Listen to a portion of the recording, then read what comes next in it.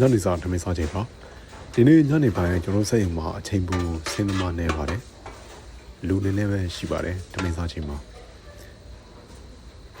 ရှိမှမြန်မာကိုကြီးဟင်းချိုလေးခံနေပါတယ်ဒီနေ့ကျွေးတဲ့ဟင်းချိုတော့အချင်းလေးပါကင်ချီကိုငါးသားပြားလေးနဲ့ချစ်တာတဲ့ဟင်းချိုလေးပါအော်မကင်ချီကြီးကလို့ခေါ်ပါတယ်ငါးသားပြားပါပါတယ်ပြီးရင်အသားတူလေးပါပါတယ်ကင်ချီပါပါတယ်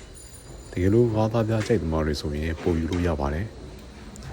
အသားဟင်းကတော့မဲသားကိုကော်ပီထုတ်လေးရယ်မုံလာဥအနီလေးရယ်ပြီးရင်ကျက်တော်မဲရယ်ပြီးရင်ရုပ်သီးစိမ်းရယ်ချစ်ထားတဲ့ဟင်းလေးပါပြီးရင်ရုပ်သီး6လေးလည်းပါပါတယ်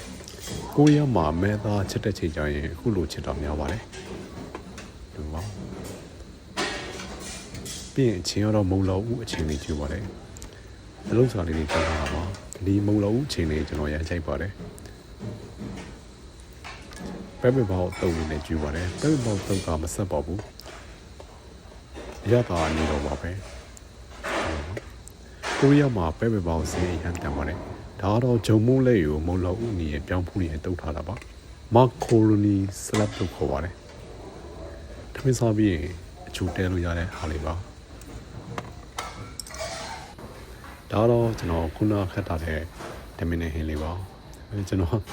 အမဲတော့နှစောခန့်လိုက်တော့များတော့ပါတယ်တမင်းနဲ့ဆိုရင်စောင်းကြည့်စရာလေးပါကျွန်တော်ထိုင်နေကြဟုတ်တောက်ဆုံပိုင်းလေးကိုတောက်ပါမယ်ရောက်ပါပြီမဲတော့ခုလိုထမင်းနဲ့နယ်စားရင်စားလို့ကောင်းပါလေသူကစီနည်းနည်းလေးနဲ့ချစ်ထားတာပါ